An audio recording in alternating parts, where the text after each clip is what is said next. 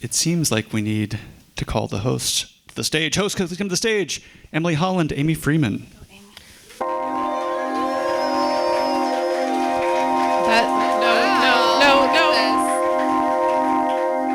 That didn't work for me. I need more noise. Let's try it again. Okay, one more time.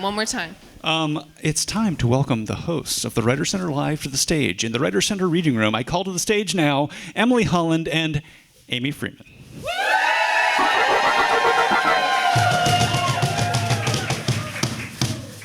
Excellent pom-pom usage, people who receive pom-poms. To those further back, we didn't have budget for more. But you can donate at writer.org and put in the donation line pom-poms. Okay, so we need 3 volunteers. Three volunteers. One. Please come forward. 2 more. Please come forward. Eager volunteers. Stand up. In the back. We have 2. We need 1 more volunteer. Okay, yes. All right, we got 3. We got 3 volunteers. Can we get some pom-poms for our volunteers? Yeah. Oh, no, just a shake. Oh, no. All right, I like the spirit. Okay. Okay. All right, volunteers. Hang on. Oh, there we go. We got the signs. We are going to stage a dramatic reading with you 3. There's some excitement. Here we go. And the thing is, this is not just a reading. It's also a contest. No, we need drama. We need intensity. We need emotion. We need gravitas. We need gravitas. Oscar-winning antics. All right, that's good. Here. We need, okay, now we need more conviction than that. Yeah. I believe you. Go ahead. Go ahead. I think you want to say, put me in, coach. Put me in, coach. All right, so first rule is audience members, shut up your phones. Shut your cell phones up. This is an important dramatic event, okay? No interruptions with the phones. We need focus. We need foci. Is that the plural? Folk you. And for our volunteers, whoever performs the most dramatic reading of this scene will be judged by our other staff members here, Margaret, Claude, and Manny. And you will receive a bag of books worth $150. Yeah. Actually, like really. Look at that. Look at the prize bag. Oh. Hardcover, baby. Hardcover. A few. A few hardcovers, yes. Let's not false advertise. Not all hardcover. All right. 75%. I'm going to leave that. Okay. And there are runners-up prizes. We don't. No? You'll get some. You'll get some. Okay.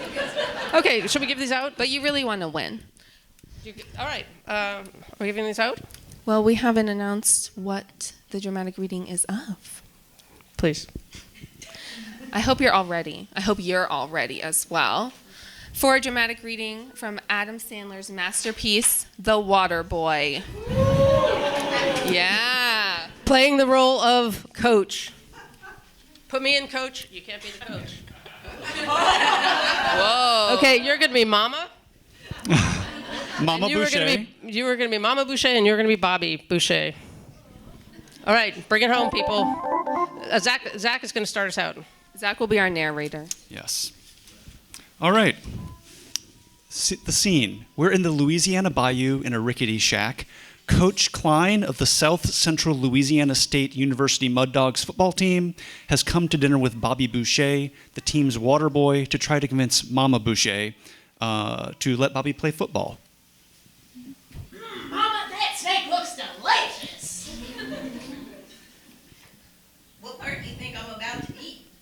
Basically, steak don't have parts, but if I had to call it anything, I would say it's a knee. Great, it's me. What are we having for dessert? An animal chitters outside, and then the bug zapper zaps. A thud on the perch. Points taken. Squirrel. Excellent. Let's talk about Bobby playing football. I don't like it, Mr. Coach Klein. I don't like you one bit. You see, my boy is too delicate to be playing foosball. And whatever you call it with them gargantuans. I don't think you understand, Mrs. Boucher. No, you don't understand me, Coach Klein. My boy's all I got left. It's the brain pain.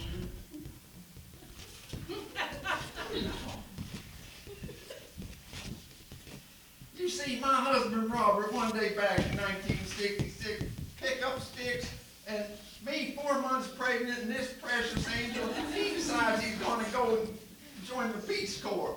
And he promised me that everything's going to be okay, just like you promising me now. But everything wasn't okay. No, he got lost in the middle of the Sahara Desert, and he died. He died! Couldn't get no water, Coach. He died of the dehydration, and we were all left alone.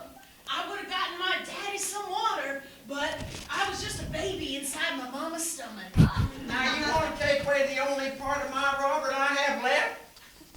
Don't you want the only part you got left to get a college education? Me? College student? Yes, but think about it. A whole new world will open up to you.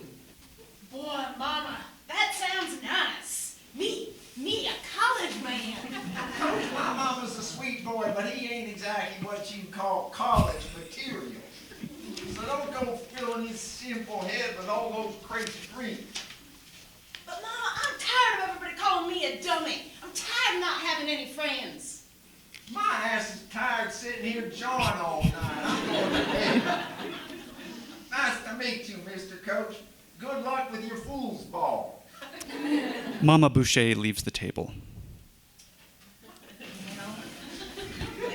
When I was your age, my mother told me not to get a tattoo of Roy Orbison.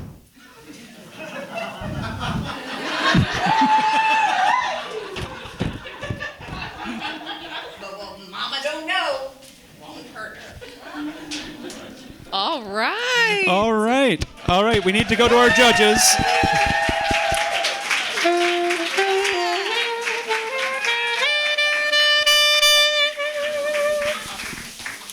I think our judges have a tough task on their hands. That was impressive. Judges, That consult was real that quick. was seriously Judges, impressive. please consult. Consult. All right, they're gonna have, as they say in the glow up, they're having a conflab. Very good. Very good. I wish y'all could all see the intensity of our judges in the corner right now. This is actually a really serious discussion. We didn't plan this. Okay, decision's made. Decision is imminent. All right.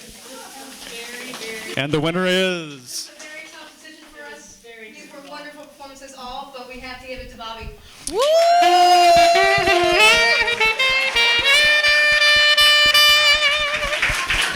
But our runners-up are not going to leave empty-handed. Our runners will not leave us empty-handed. Congratulations, Mom. More You will books. leave You all- book-handed. Yeah. And thank you all. Thank you. You may resume your seats at this time.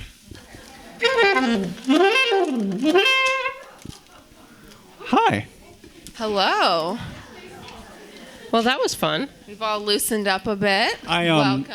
am so glad that you three volunteered. Incredible. That could have just not worked at all if you had not bought into the parts. Was the butt reveal part of the script? Oh yeah, it was. Oh yeah. That was. I thought that was improv, so I was like, all the I feel like points. it was kind of cheating. Whoever got that part was probably going to win if they did the butt reveal. Okay, so Welcome everyone to the Hi. Writer Center Live. we have a theme tonight. Anyone want to guess? Rhymes with Homecoming. Welcome to the homecoming episode.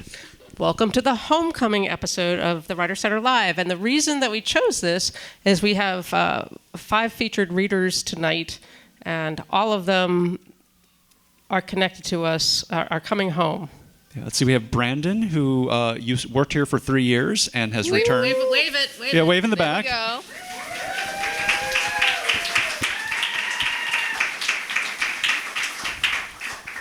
We've got Malik, our current Compass Fellow and Poet Lore contributor.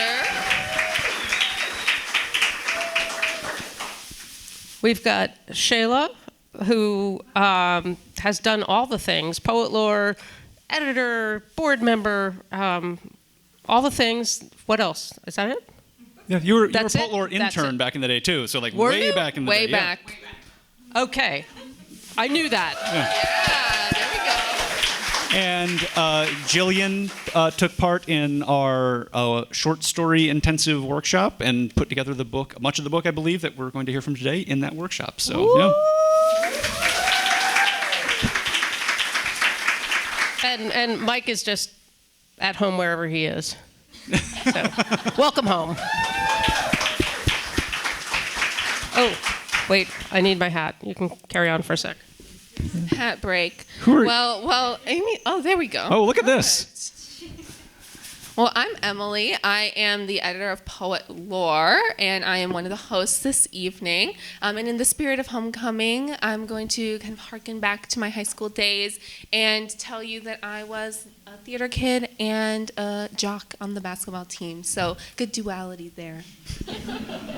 So I'm Amy Freeman. I am the development department.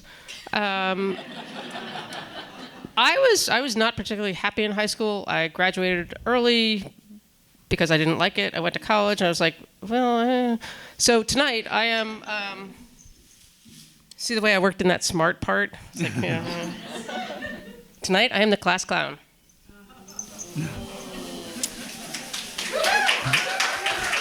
And I already own the hat, okay? I already own the hat, so. So tonight, starting with what I'm portraying the captain of the JV ping pong team. But I was like honestly, I was like sort of a floater in high school. I mean, I was in band, so I had lots of band stuff going on. Hence, sitting with the saxophone. Checks out. Yeah, you know, proof. I have that. But I just like sort of didn't have like a single group. I just sort of like wasn't super tight with any of them, and could just sort of float into any of them and go to whatever party, and people would just accept that I was there. So Pass it the worked. mic to you. Yes. Hello, my name is Claude. So I'm dressed as a cheerleader tonight. I was not one in high school. In fact, I was the captain. This is a real thing. I was the captain of the varsity quiz bowl team, as in Jeopardy. Yeah, cool stuff, I know. And now I'm here. I'm also the office manager. So. Yeah. But importantly, they told me earlier that there was a JV team as well. So I just, yeah. So there's a hierarchy here. So, Manuela. My name is Manuela Galindo. I am the program coordinator with workshops. And in high school, I was a runner. I was in cross country, and I was also in the Dead Languages Club.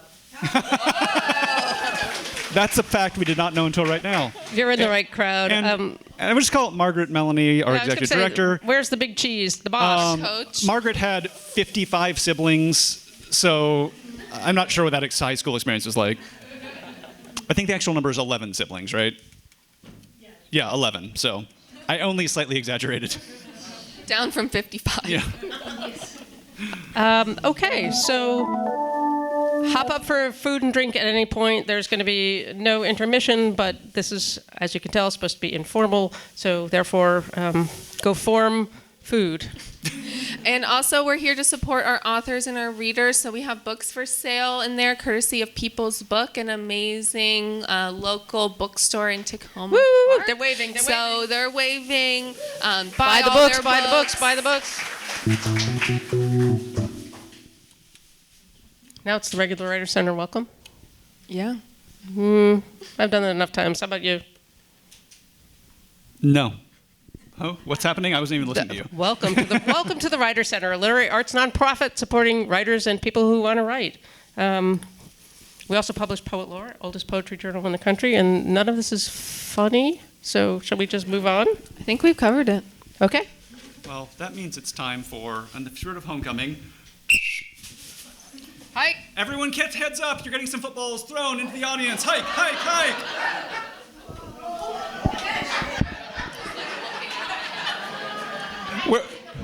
After the last event, we practiced not hitting people in the head, but we're not very good at it. It's like avoiding. How many? Oh. I've been hit back by a retaliatory. football. Someone retaliated. That was great. That's new. That's new. All right, that's mine. That's mine. Okay. I'm keeping this till after class. Come see me after class if you want this back. What? You're taking it. Okay. No football for you. No football for me. Are we calling up Mike? Am I calling up Mike? It seems so. Hi, Mike. Come on up to the mic.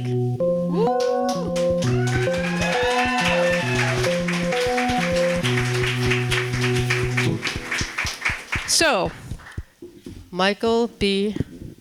Tager, which I just wanted to give you the chance to change that to Tajay. I'm good with that for Okay. tonight. Okay, so Mike Tajay for the night. I have a couple questions for you. Number one, writer center question. Who the heck are you? I mean, that's a really complicated question. And right now, you know when you walk into a place and your energy is really high and everyone's kind of sad, or like the opposite where you're real low and everyone's just raring to go? The energy here is not what I was expecting. And so I feel awkward, which is accurate because I always feel awkward everywhere. So I kind of am home. So that worked out really, really well. And in high school, I was in chess club and I did swim team and soccer, but really I was just stoned the whole time. And I am not stoned now because high school was a while ago. I wasn't throwing footballs at people. No judgment. Actually, some judgment. Zach points out that I judge people all the time. So, okay. For our homecoming, what is your weirdest memory of home? So my parents sold their house and moved into my basement. Not a joke, y'all. Yeah.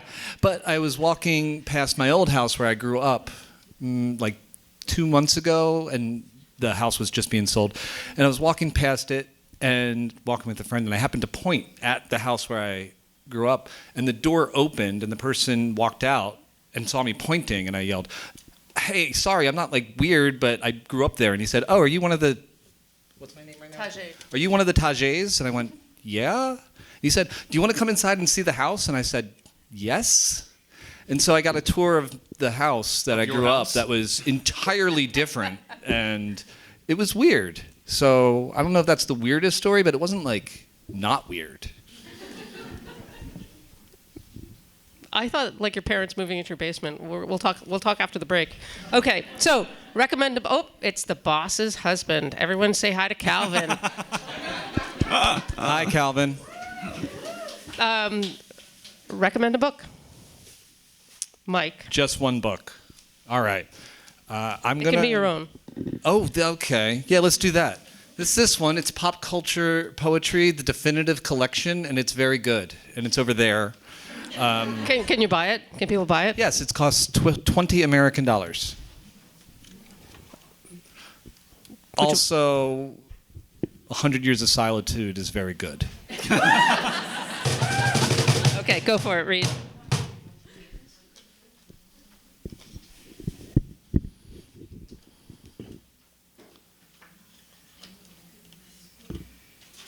Is anyone here not like the Golden Girls? And if so, get out. All these poems are about the Golden Girls, which I watched a lot of. It's actually the show that my parents didn't let me watch because I would ask really, really uncomfortable questions for them. This one's called, very cleverly, Something Golden. There's a house in the swampland where the girls, oh, the girls, give praise to one another, to time, to the sun. The world remembers the girls, oh, the girls celebrating small adventures, small loves, massive hearts free from it all. The girls of gold, mother and daughter and sisters not by blood. We give thanks to the girls, oh, the girls, for being our friend, down the road and back again. My favorite one, okay, yeah, we can do that. That's cool. My favorite of all the Golden Girls is Blanche. Not because of the obvious, but because she's always the one she was the first one to give hugs. She was the first one to say, "Oh, honey, what's wrong?" And maybe that's because she was like super Southern, but I think she had the right heart because all those girls were at the house and they didn't pay rent, and it was Blanche's house. So this is called Blanche, and all of these lines here are taken from Golden Girls scripts. I'm not going to do the voice. Nobody ever believes me when I'm telling the truth. I guess it is the curse. Flirting is part of my heritage. I got arrested at a party in Chattanooga because I mixed a margarita in a sailor's mouth.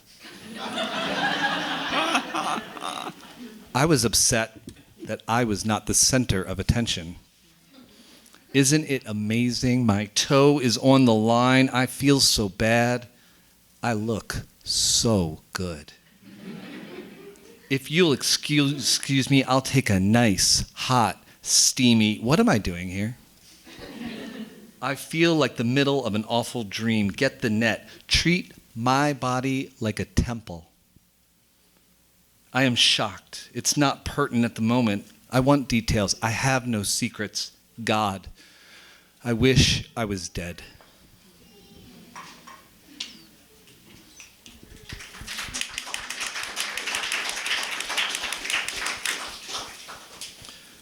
This is the first poem. It's the secret poem.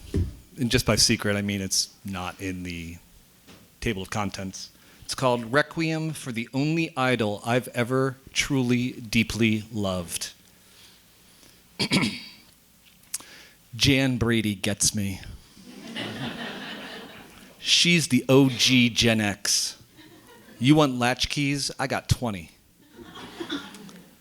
Benign neglect is a hell of a drug. Not even a sonar blip, looked at but never seen. Pleading for love without the vocabulary of vulnerability. Marcia, Marcia, Marcia. I always say I'm being funny, but I'm never joking. It's how I disguise truth, because I don't know how to lie. Jan didn't know either. Jan shot straight, both barrels to the heart, prime time, soul-bearing, Marcia, Marcia, Marcia. We're not saying what you think we're saying. That word does not mean what you think. We're all middle children. We don't always have the language to expose our breastbones. Here's Jan's Rosetta Stone. Please see me, please hear me, please love me. Marcia, Marcia, Marcia.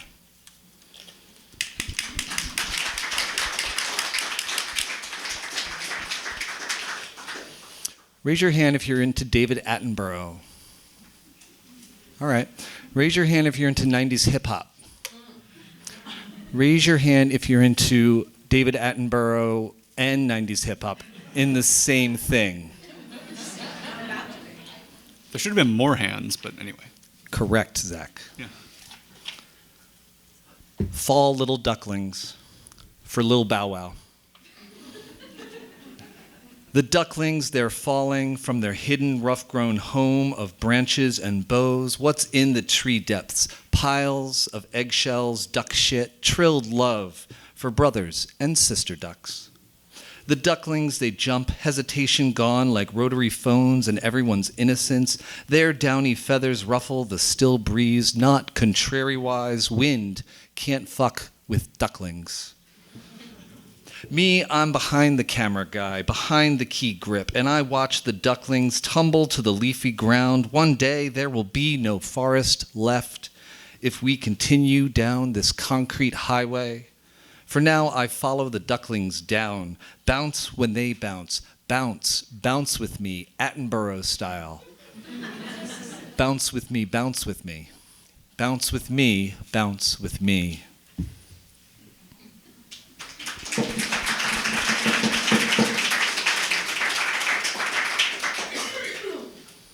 There's a Bodie McBoatface for Nellie. Do you want to take a ride with me? See deep denizens in slow motion capture I command, behemoths erupting skyward from placid service to feed among the weak and unfit. I ride. Before polyethylene islands, I should not have put that word in.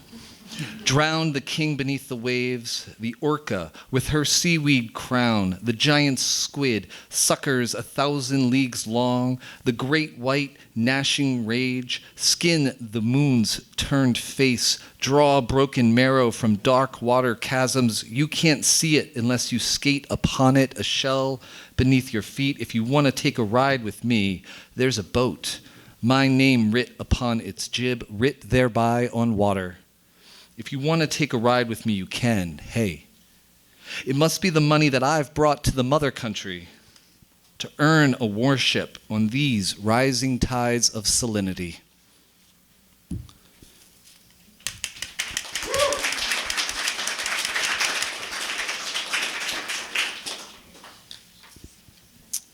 All right, I'm going to read 2 more and I'm out.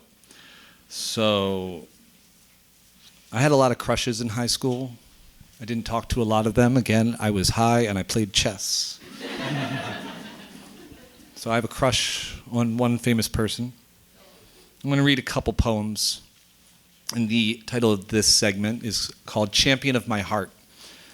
And they are all on Taye Diggs. Okay, this one's called Brown Sugar.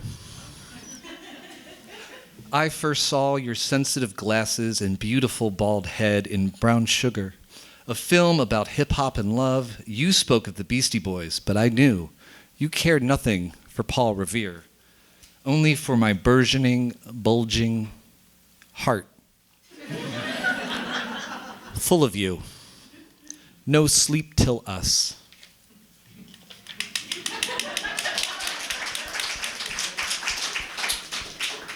And this last one, and I'll turn it over to the next person and I'll set a tone. This one's called Scott Leo. And thank you to the Writers Center and thank you for all being here. It's nice that such a lovely, vibrant community is here to hear me. Me. Scott Leo. I don't care that Taye is not your real name. I still want you elbow deep inside me.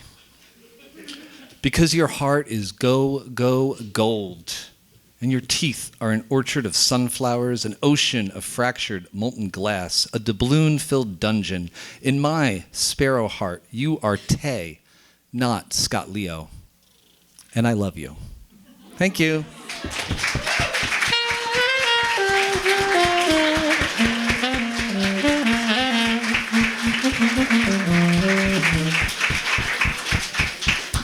All right, I think it's time to call Amy to the stage for Amy's Funnies.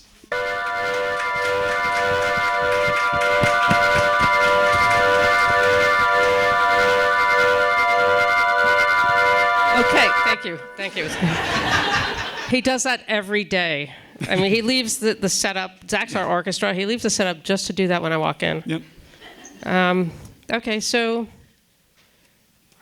why was the tiny ghost asked to join the football team? Why? Because they needed a little team spirit.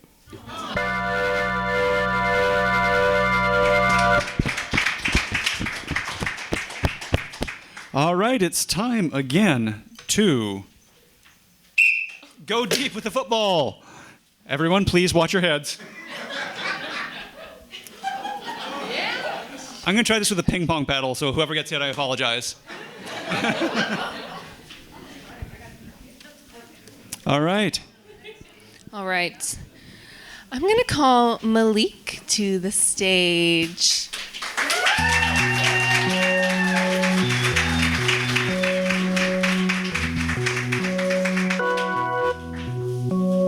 This is a great theme. Malik's theme. Malik's theme, we'll call it that from now on. Malik, welcome. Thank you. Can you first tell us who the heck you are? Yeah, I am from DC, so I grew up all over the city. I'm a poet, and I write things like poems. Um, Great simile, great simile. yeah. Do you want to know more? Are you perhaps the Compass Fellow with us here? I think so. Yeah, that happened. Well, we're so thrilled to have you. Could you tell us your weirdest memory of home? Ooh, there are a lot of weird memories. I have 10 older siblings, so a lot of weird stuff went down when you have that many kids around. What's the weirdest? Well, I'm trying to. I also grew up in DC, you know, and so like it's just like where do I start? I could tell you, these get really weird here. One time I saw this old man beat a person off the bus with his cane. Like this was on the 70 bus. I was going to school. I went to McFarland Middle School, so we would catch the 70 up Georgia Avenue, and like for some reason this old man and this guy started fighting, and so like when the door opened, the back door opened, this guy just started beating this guy off the bus with his cane, and like he didn't come back, and I was like, okay, and I went to school. Just like nothing happened. Yeah. Perfect. I was there with you on that bus. You really took us on a journey with the story there. Could you recommend a book for our audience? I'm cheating with this because I work as a bookseller. Ooh, yeah. Book. I really, really, really enjoyed The Love Songs of W.E.B. Du Bois by Honoré Fanon Jeffers. It came out in like 2022, I think. Really, really good if you like family sagas that like are also historical fiction. So like going on with the theme of 100 Years of Solitude. Yeah. Perfect. All right. I'll get out of your way now. Okay. So I think it's appropriate that I read the 2 poems of mine that were published in Poet Lore in the 2022-2023 issue. Yeah. Thank you, Emily, for the honor. Let's pull up. Let's start with this one. Love poem, Grinder. There's no love on Grinder, I'm sorry. There isn't. It's a weird place. Love poem, Grinder. Yet again, it's the black wolf howling beneath my shadow's broken moon. Cyber backlit paradise, a web of headless men in darken. Oh, sweet anonymity in the twilight hours, half lit, perched between midnight and morning. Here now, the misted beast of me, lust-driven, a spilled ink panther skulking between my bones. I prowl this pixelated landscape and return with empty paws, silent rejections piling into backhanded reams. And it's the charred wolf howling into a hollowed mirror, light-drenched, fine cracks snaking further across the screen.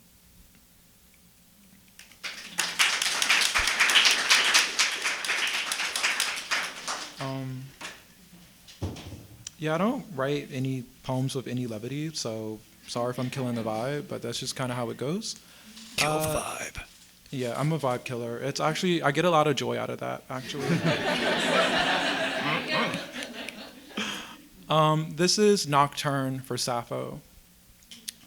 Moth-eaten dream harp tuned beside the ocean's rim. All we own, your splintered soul. Papyrus myth, snatches of you we reinscribe. Strum it again for me, that bleached ghost poetry. The women you desired, the echoing men.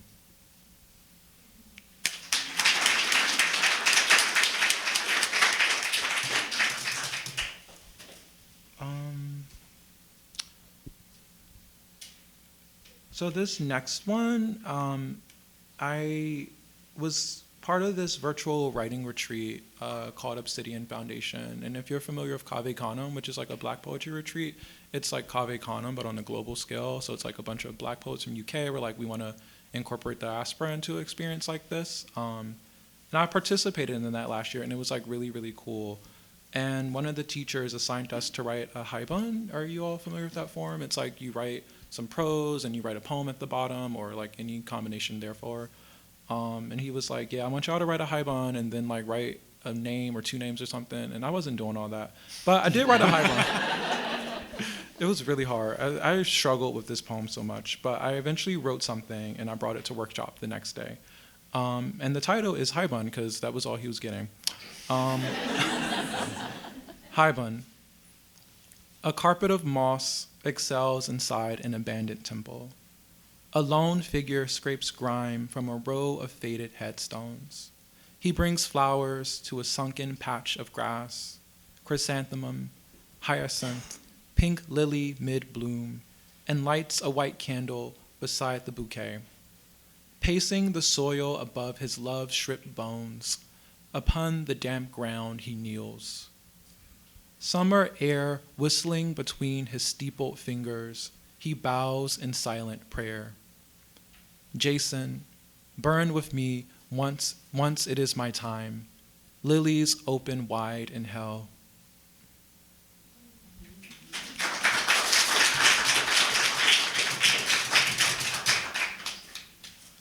I'm going to read 2 more poems, and then I'm going to leave. Not leave, but like leave the stage. We'll still miss you. I'll miss y'all too.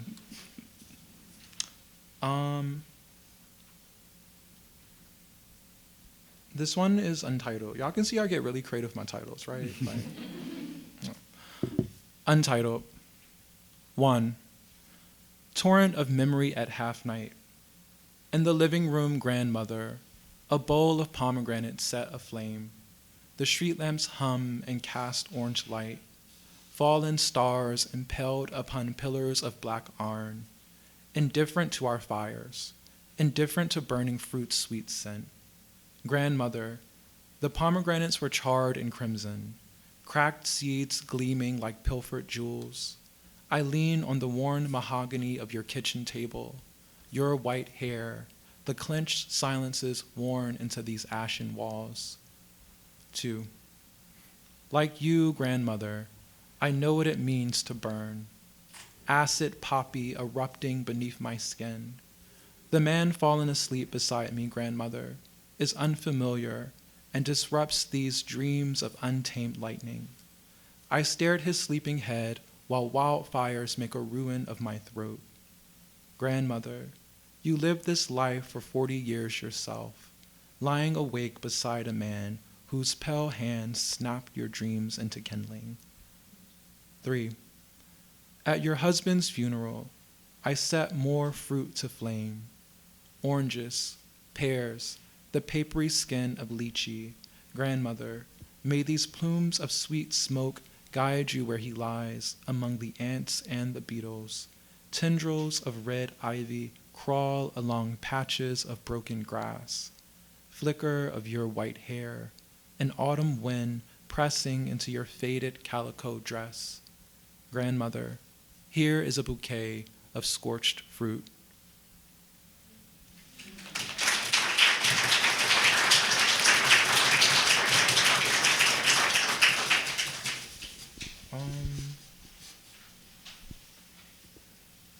So this last one, this one is really funny. So when I showed it to my writing group, I'm not going to tell you what it's about, but when I showed it to my writing group, they were like, what is this about? And then I showed it to a friend of mine, and I told them what it was about, and they were like, what the fuck else could it have been about?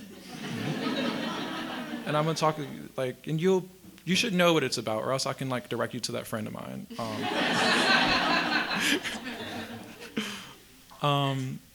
This is Regime.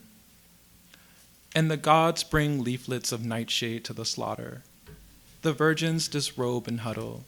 Crests of ocean tremble and rise behind them. One expanse of blue, begging to reach another. Blade of obsidian, pommel of petrified wood. Our dawn prayers chanted in concentric rings of sand. The moon draws close and grazes its lips against the tide. An incurved ribcage shudders beneath the knife. Crimson lilies open where the bodies lie. The tenderness of one priest as he sets them down. These flowers dissolve upon the white foam's arrival, deep red brightening into brief coral. Seabirds call to one another as they wade across the warming sky. Pelican, opportunistic and beady-eyed Gaul? Will you become my angel for these grisly hours?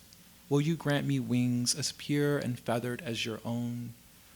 The priests crush the nightshade in blood and seawater. The gods pour the potion in their mouths and eyes. The gods sing with the eyes of mothering does. A committee of vultures will arrive here soon, and the bones will sparkle, sun-bleached and stripped of flesh.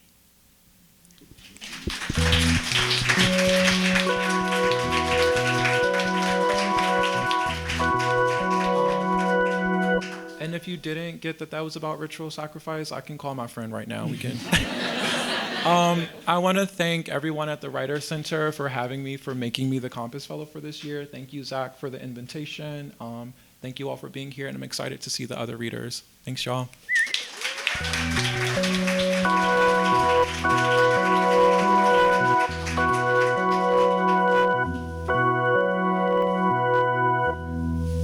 Oh, it's a pom-pom moment. I tripped. It's us again. It's time We're to back. give away more prizes.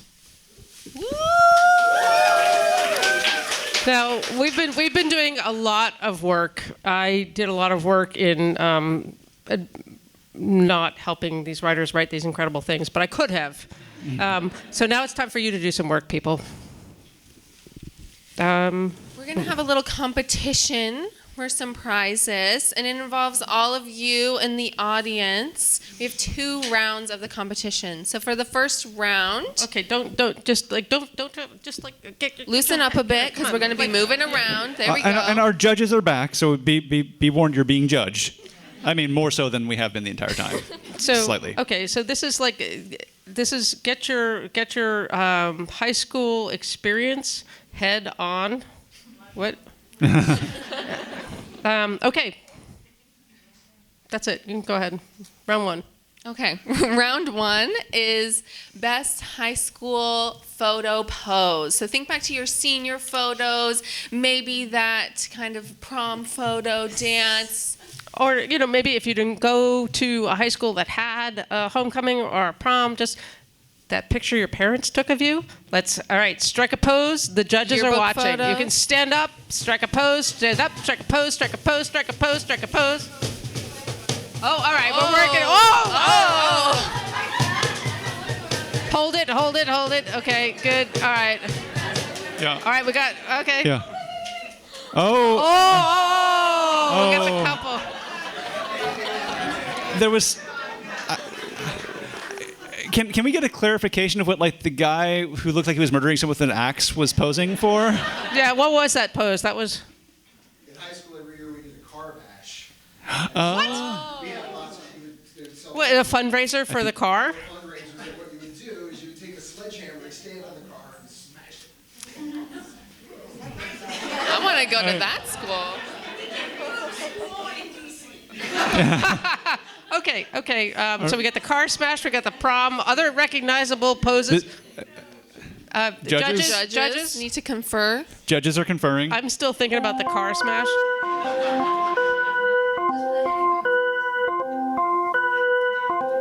This is a testament to the quality of the contest that there's actually Intense. conferring going on. Usually Oh, you no, just throw a there's- book at yeah. somebody. Okay. All right. Just for the anecdote alone, it's got to go to the car smashing.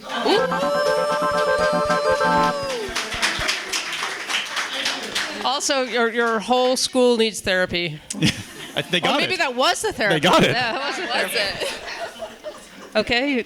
Maybe we need a Round car number smash. 2. Round number two. Okay, so for people who are not me, there is a sport that exists in America. It's In called, Canada. What? In Canada. In Canada? Okay. There is a sport that exists on the planet, and it's American football, in which there's something called a touchdown, which is like people go, touchdown. It's a goal thing. You win points, and you get enough Zach points. is dying inside.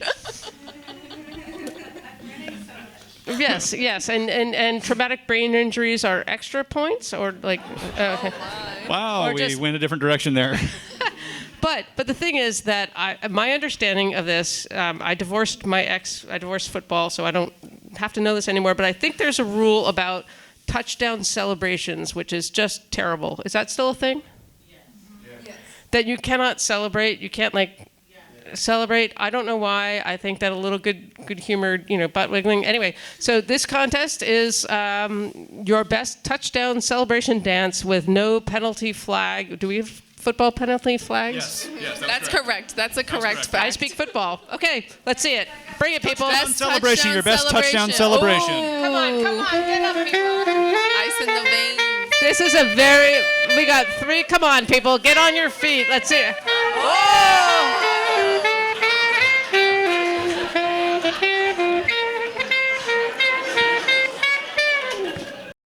He's feeling salty because of the reading thing. Yeah.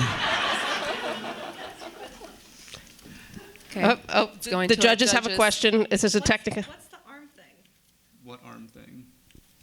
I don't know what we're referring to. Ice in the veins. Oh, ice in the veins. Okay. Yeah. That's a cold one. Huh? I think that's Ice in the veins. Okay. Is that good or bad? that's good. Okay. Good. Cold-blooded. Yeah. I thought it was like, you're overheated. You could have heat stroke. Why do you keep turning to diseases? It's the most dangerous game. Okay, judges, do we have? Nope. Now they're going back for another confab. Please know, contestants. Our judges are paid by the hour. Yeah. I think because we learned something new. I think Ice in the Veins. Ice in the veins is the winner.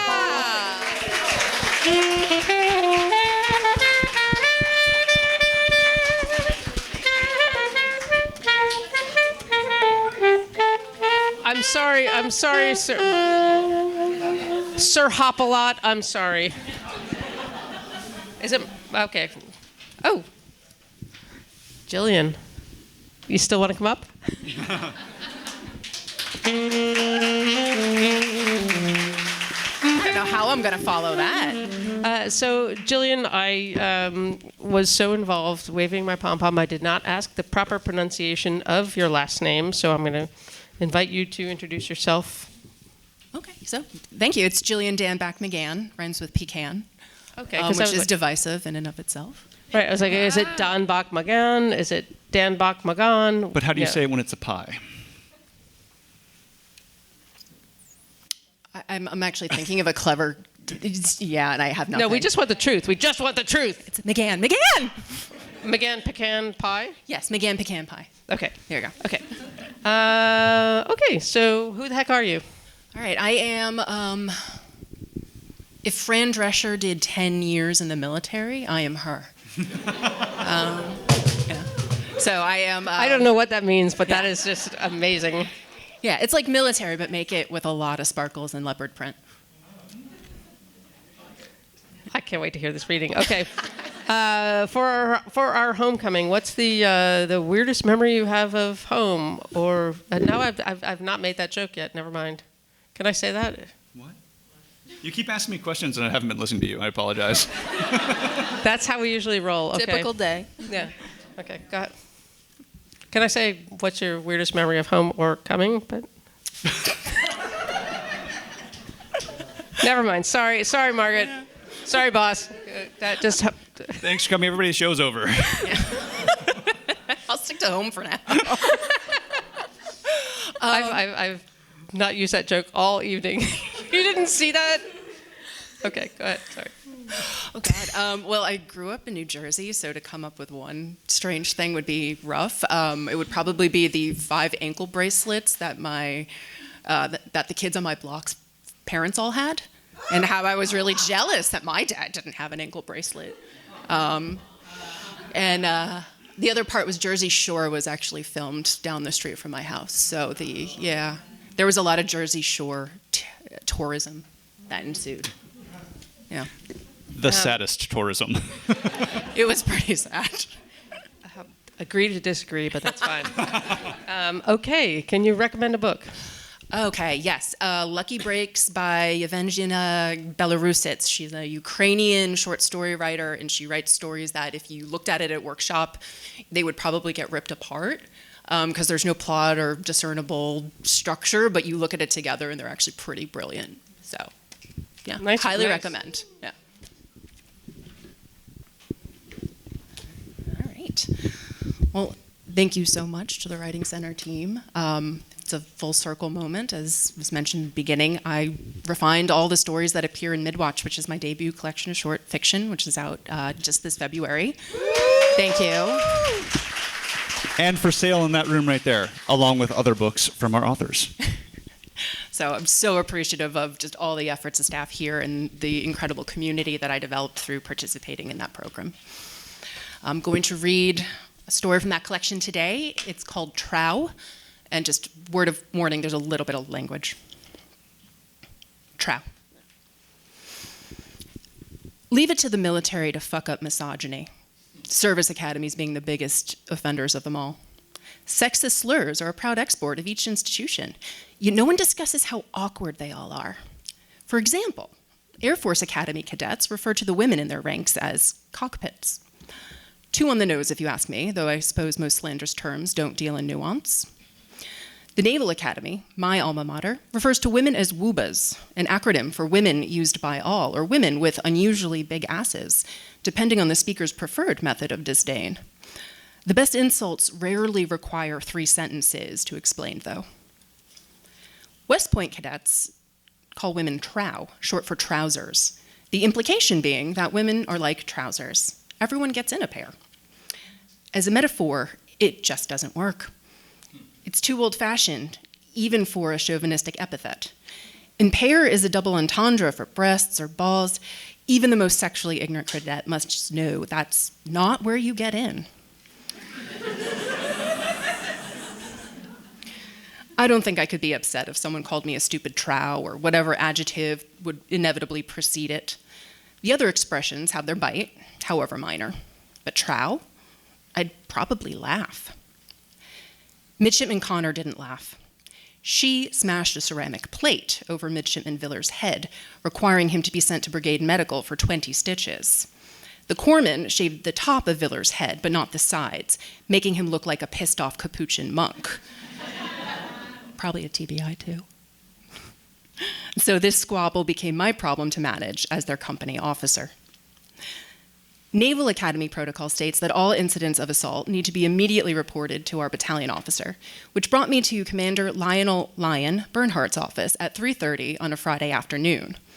Lion had already abandoned his uniform and slipped into a collared shirt and khaki shorts. He invited me to sit, though he stared longingly at the golf clubs tucked in the corner of his office the entire time I spoke. "This sounds like a clear case of assault, Lieutenant Demare," Lion said. "One midshipman attacked another. Villars. He's on the football team, no? Let's send the separation paperwork up to the commandant for a review." Staff at the academy use the official military term separation instead of expulsion, as if we were merely removing a bad orange from the rest of the bushel. "It's not that simple, sir," I replied. "Midshipman Connor is claiming she struck Villars because he was sexually harassing her. Besides, Villars is only a place kicker." "Oh," he said, "that's different."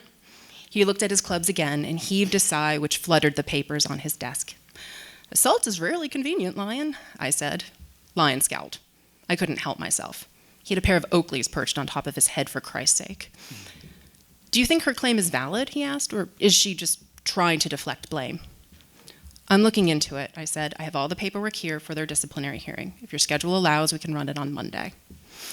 "I'll tell you what, Demare," Lion replied, heaving a sigh of relief. "Sounds like you've got it under control. So how about this? Let's have you adjudicate the case on your own." "Conduct the hearing myself?" "Yes. Sir, cases involving assault are supposed to be dealt with at the battalion level, like you said. The commandant will have to sign off on it." "Well," Lion stood as he replied, signaling that it was time for me to leave. "It'll be my signature on the final verdict, of course. I trust you'll make the right decision. Think of it as a development opportunity. You'll know what to do." I had no idea what to do.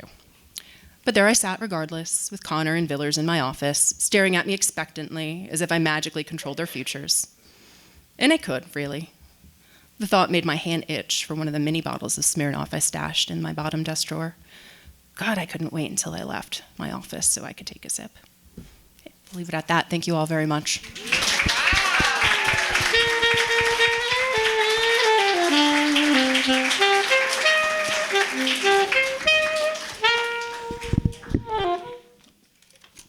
Hey, Emily. Hello. That was amazing, Jillian. Thank you. Thank you. So there's... I'm good. I got it. Okay. We go over there? Okay. Yes, Mike Tussle. So our next reader, this is the homecoming episode, and our next reader was a guest editor for Poet Lore, which is a magazine that you publish. It is. And we publish, you edit. I guess I should That's true. We should use the proper terminology. We're a professional organization. But the theme of the guest edited folio happens to be home and word I can't pronounce. Hireth. Hireth. We've listened to so many YouTube videos to figure this pronunciation out. Hireth. There's supposed to be a rolled R. Yeah, It's Welsh. It's not happening. It's Welsh. Go It's about Wrexham. home and homesickness and a long sense of longing. But anyway, it was relevant to the homecoming theme, and so we're going to, before we call up our next reader, choose a poem from that folio and share it. Yeah, from this wonderful folio here. Thank you, Shayla, for putting it together. And yeah, I figured it would be great to bring in some more poetry. Not poetry from myself, but from some of our wonderful contributors. And in Shayla's amazing guest editor's note, she wrote, "I'm reminded that home is a feeling that shifts, how we're always looking to find footing in a place we'll have to leave." So with that in mind, I'm going to read a poem by K. Janeschek, "You Can Never Go Home Again." Imagine the fire, the ash surrounding your dead, the light falling heavily onto exposed brick. There were pages on a bookshelf here, paintings above the bed. You used to look up through the rafters, see a single square of sky. Now sky is everywhere the house used to be.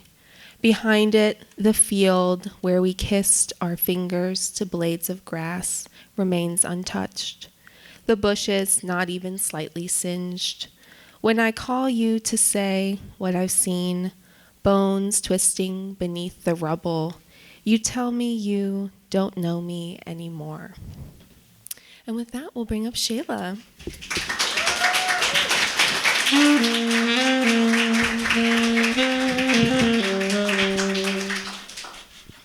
I'm dropping things.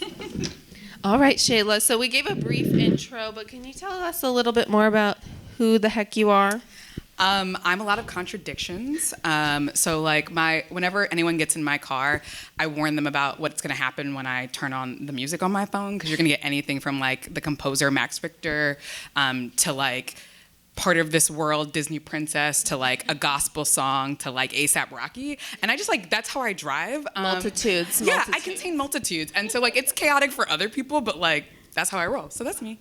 Amazing. And you also are a member of our board. Yes. We have a couple other board members in the audience. Just want to shout out Steve Majors and Eugenia Kim. Give a little wave. Thank you all for coming. All right. Can you tell us your weirdest memory of home? I think my weirdest memory of home is how I actually take home with me elsewhere. I grew up saying, so I'm from Delaware, but my mom's from outside of Philly, and I grew up saying the word W-A-T-E-R different than I realize most people do. Oh, you have that accent. Yeah. So I was studying abroad at the University, or not studying abroad, I went to college at the University of Richmond, and people all the time were like, "You say that word so weird." And I was like, whatever, y'all are silly. Until I studied abroad in Italy and asked for water in Italian. I know how to say it now, water. But I was like, vorrei l'acqua. And he was like, what? And I was like, oh, I'd like a glass of water. And he said, do you mean water? And so I felt so shamed. And so now I know how to say water, but get me home for long enough and I won't say it right. So we always revert to that accent. Yes. And can you recommend a book for us? Can I recommend a book? I just finished reading Xipan Zhang's In the Land of Milk and Honey, which I really loved. They also say The Land of Milk and Honey more times than I feel like you usually say a title in a book, and I just found that fascinating. I was like, commit. You just committed to that cause. So anyway, that's Repetition. my 2 cents. Yes. Great. And she's also one of our instructors here at the Writer Center, one of our novel year instructors. So Not me, Fun C. Pam fact. Zhang. all right. Sheila, I'll let you Awesome. thrill us with some readings now. Thank you, thank you. I'm going to read you all poems from a book that I just finished that's not here yet. And hopefully someone wants to publish. But the first poem I'm going to read, there's an epigraph by Czeslaw Milosz that says, I ask not out of sorrow, but in wonder. And it's called Unknown Origin. But where was I, I'd ask, sticky sugared palm pressed against wax sheen of photo. Even at 3 years old, I was existential. Understood I wasn't there, but not where I was before I had fingers, toes, and crusty boogered nose. I still don't, though some have proffered polynucleotide code, Eve and Adam's birth from rib and dirt. But the collapse of gas and dust that produced Methuselah isn't for me enough. If energy cannot be created nor destroyed, then where in the sky is Enoch and Jared, Enos and Seth, Adam and the atoms his God used to create him? I need to know what was before I was born with the oldest star on the horizon. Looking back at what I cannot know is like hemoglobin needing iron to deliver oxygen. Looking at what I cannot know, easier than accepting the precariousness of starbirth. I also don't write funny poems, so Malik, we are together in that. Though maybe this one is somewhat funny. It's called Navel Gazing. It's intimate to thumb a stranger's belly button, and over familiarity I find titillating. In bed, I finger its ridges, its moles and follicles. It's like fucking a familiar but suddenly beard-bare man. You have to keep things fresh in long relationships. That's why people have children. New wrinkles in their thigh-fat folds. Meanwhile, I have not outgrown the body language of a toddler. Love a bodysuit snapped tight to my labia. Responsibility makes me anxious, so I don't know why I think I would be any good at parenthood. But I love irreparable change like a broken bone improperly set, like this Frankenstein-stitched navel suspended in my own midsection.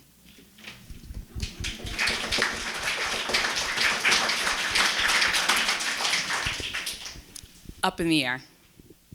Is an idiom, is where I am, is a movie in which the woman is not the hopeless romantic, is where my life is between this and precipice, is stress, unstress, unstress, stress, if we're scanning, sonically palindromed, complete, whole. Here, my poetic jargon is thin clouds and fine fiber shoals for which I grasp and try to hold. Up in the air, I am up in the air about if I am something, a sum worthy of considering. Down on the ground, I still don't know the answer.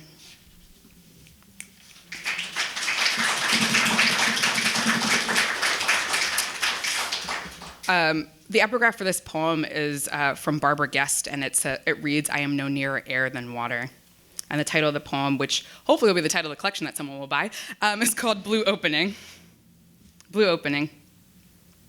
I want to freeze a swan dive in that mid-air fraction of existence when I'm jumping up and out and falling. I am not the owner of this vessel I thought I owned, implies the man trying to sell it to me. Over his shoulder, a couple with a diaper bag scours piles of plastic laid out on the lawn. He glances at them as if he knows they know they're fine their kid's Lego. Here, I'm not sure where I am, on the cliff, in the water, or floating, falling. These worlds are not parallel, and neither has an air sickness bag. I have the money, but I don't know if I want what I think is mine. So I hand him 61 for my life, give him an extra 100 to put it in my van. This is the sliver where I am, half in air, half in water, cold slap of blue opening as the invisible spits me out.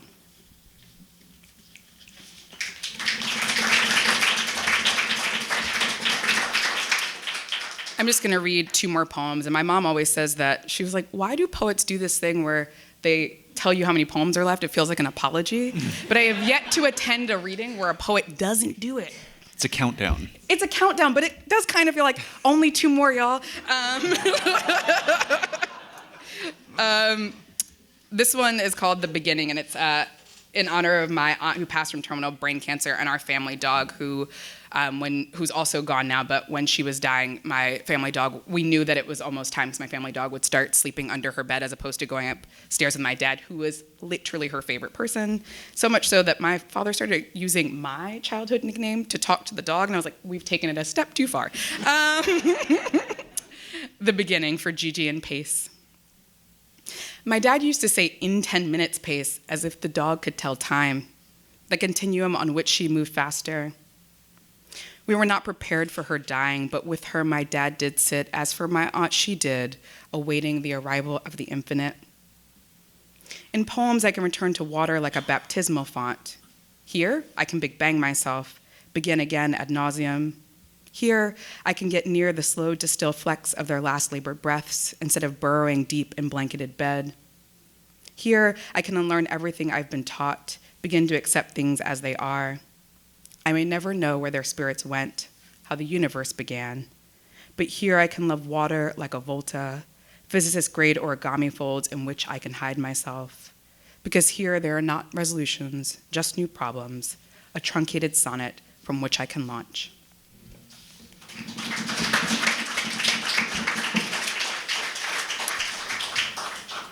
Begin again. All of the ologies I have interest conflict. In archaeology, dinosaurs didn't coexist with Eve, but in theology, all intelligent design lived in Eden. The beginning makes as much sense as how spermed egg begets infant.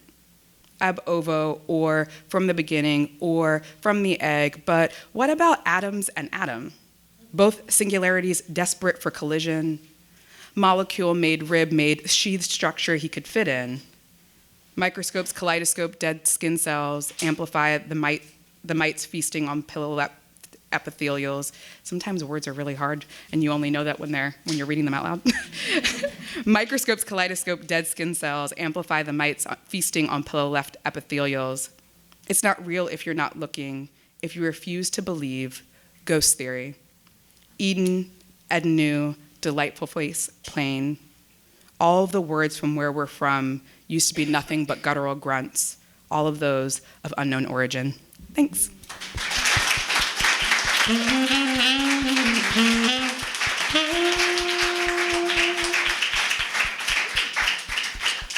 I think we have a few footballs left. It's time for some football throws. Heads up, coming to the right side. Oh, good throw, Manny. Oh, that's too many footballs. Two more footballs.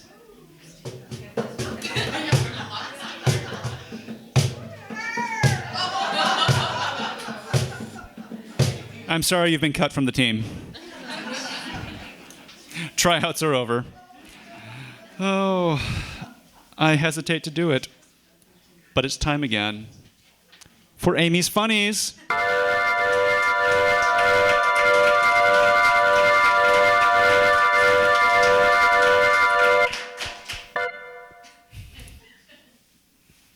I'm done.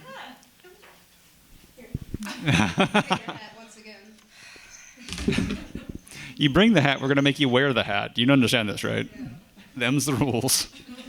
So no one has talked about this. This is Toby the unicorn. This is our office mascot. It's from a white elephant from before the pandemic. And if you are having a bad day, you may actually find, this is true, Toby on your desk. And you can snuggle Toby. It's not satisfying at all, but... Toby is made of like some sort of needle-like plastic. Yeah. So you know, there was a football team, and they wanted this dog for a mascot, but nobody would go for it because, you know, the dog was a boxer.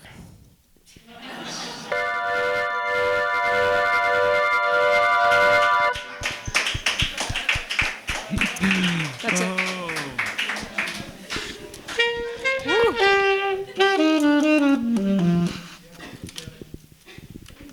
We've got one more reader. Come to the stage, Brandon. Brandon!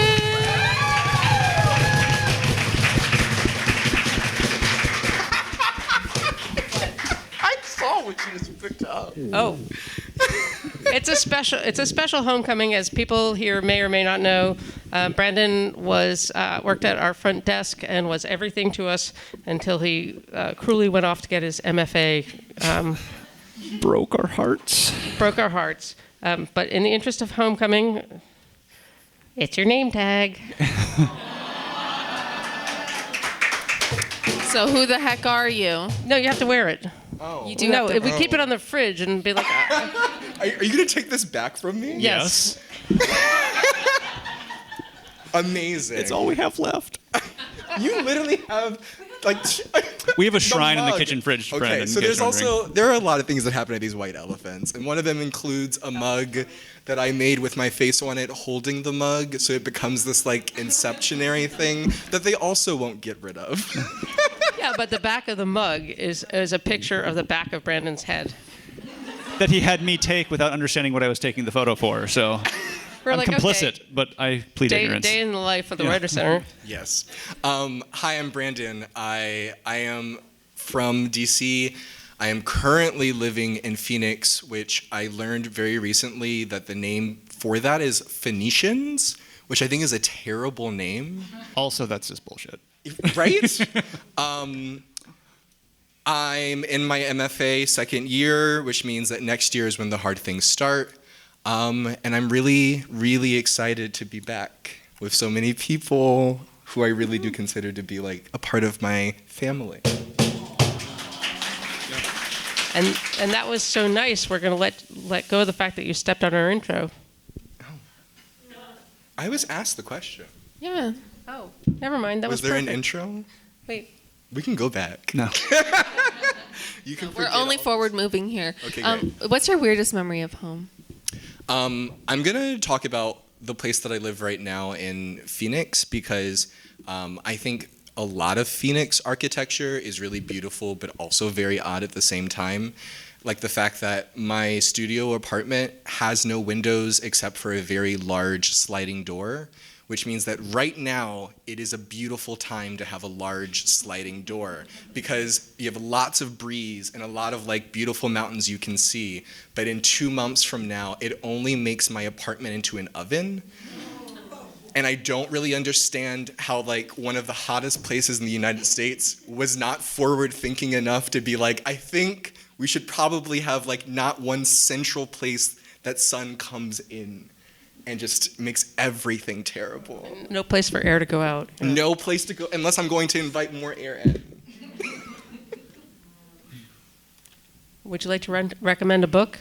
I have 2 books, only because one can be yours. well, 3 books. Buy my book, Snap.Shot, right over there. Buy books. But because I'm a poet, I have to recommend poetry to you.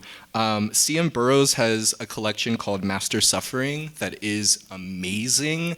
It's like the mixture between a very experimental reckoning with death and God, and then these really beautiful kind of like confessional meditations that are doing the same thing, but the push and pull is amazing.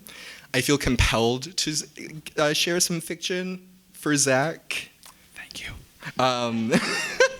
A book I finished recently is If I Survive You by Jonathan Escafri. Yes. It's a novel in stories all about a singular family in Florida. Really, really amazing. It also does that thing where like people reappear in other stories when you find them. So you have that like moment of like, ha, I know that person. Okay. Well, I want to say thank you to everybody who's here today. Thank you to the Writer Center. Again, like it's been said, I used to work here, and a lot of these poems in here were things that I was drafting, sometimes a little hungover at that front desk out there. Sometimes. There were times where I was sober. But mostly things that I had the really good opportunity to not only get feedback from the people who are slightly jabbing me, but also the wonderful community of writers, teachers, and people that are here. So I'm going to start with a poem called Invisible, Hypervisible. It is odd to be seen and yet not, because you are here, and you should be here, but not to them. They speak like you are part of the whole, now willfully disregarding the status quo. The familiar, aggressive tone. Can I help you? Wow, you're tall. Wow, you're tall. Can I help you? The familiar, aggressive tone. They speak like you are part of the whole, now willfully disregarding the status quo.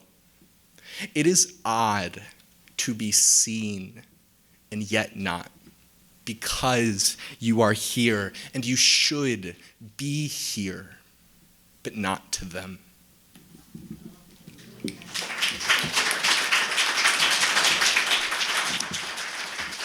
I would like to start with that poem because it answers the question. Yes, I am very tall. I am 6'7". Get that out of the way. This book, Snap.Shot, is amazing. You should buy it. But also, it is a book that is about love. It's a book that's about love misplaced and love that hurts.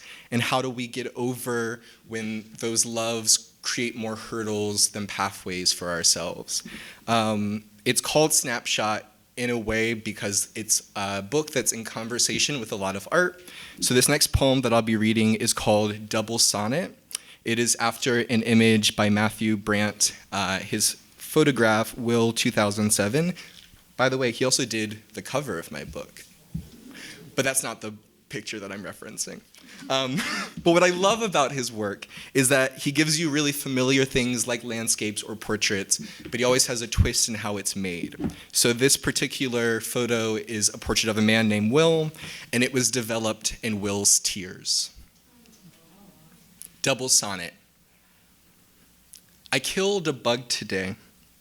I don't know what kind or who named it, but I killed it, and it scared me when I saw it climbing up the wall towards the window by my bed.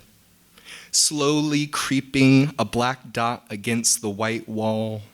You thought I wouldn't see you leaving, but I killed you, and it felt right. The crack of the exoskeleton under the thumb as the entrails found breath against the dermis in the caverns of my fingerprint. A succulent gush from a sudden gash against the wall. Above my pillows, like splattered brains, the black dot lies now, a green-red stain. I'm painting my room so I'll get my deposit back and stop at the stain. I take a picture of it and hang it in my new place. Sometimes I stare at the print and it's melting into the wall. The stain is now back in my room, but I've added a black frame, not around the edge, but closer to the stain, a new picture in picture framed to center on you. I stare at it like a magic eye. When I look at the walls, I want to see you there how I remembered, but the image is never quite rich enough, and sometimes you're not all there, but I've got you framed in a picture, pictured in a stain.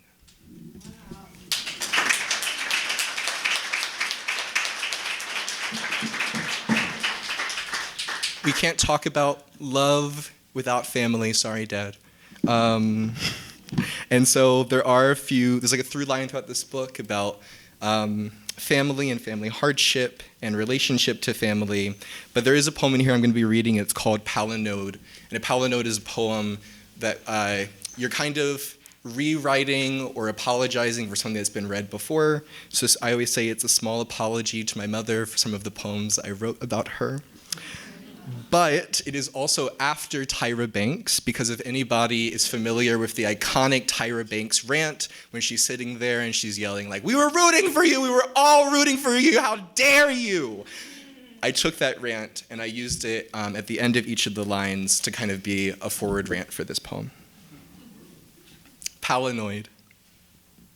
Sitting in my room, wondering when my words will be taken for what they are, my thumb hovering over the word mother, thinking I heard her downstairs. yells to try to get my attention like when I was a child, demands that this moment bounds to the front of my mind, its sender jolting my body to race to her because, as she'll always remind, one day she won't be there for me to feel loved. My phone resting in my palm, meaning to answer and instead ask myself, what can I do to move from this room? I want to make still what was left of my voice, its volume and jagged edge rooting further into every refrain of the ringtone I won't answer. Reach for that last endeavor, the first glint that allowed you to see me, etch into that space and create a we, leaving only footprints to remind us of what were. Imagine the day fussing, never knowing who all you were waiting for, like a pig rooting in the dirt, turning it over again and again for something that you know is there, but you have yet to find, nuzzling and huffing the dirt. How it must feel to know instinctually, to dare to yank against the yoke. You choosing to study on that one sensation to learn to steady. And there has to be something I can take from this, something I can grow in a garden and forget about, only for it to bloom from the soil into the sky and bring me back to this.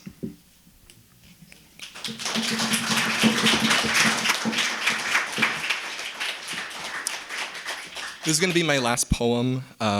Throughout the book, there are a lot of through lines.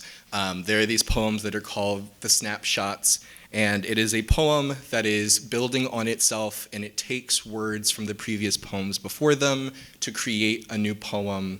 And so I always like to think of it as the kind of pseudo answer to a lot of the questions that are being asked by this book.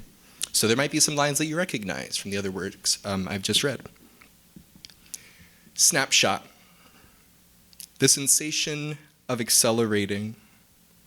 The water reflects only what is presented. Hold it in your hand, now feminized a desire. Etched into that space, my heart reaching towards your body. Like adolescence, our skin is not melting into the familiar. The leaves are patterning the sky. Your hands and mine, a succulent gush from fish fries for donation. Cradled by this night's lover, straddled around what I am, the dangerous brought willingly into the body. Thank you.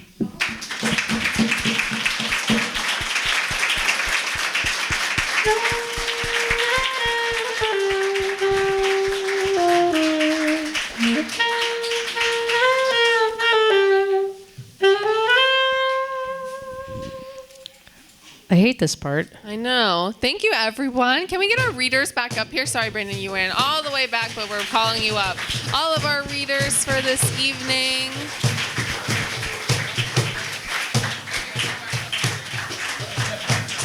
Okay. Wave your pom-pom. Wave your pom-pom. Well, good. Is everybody in?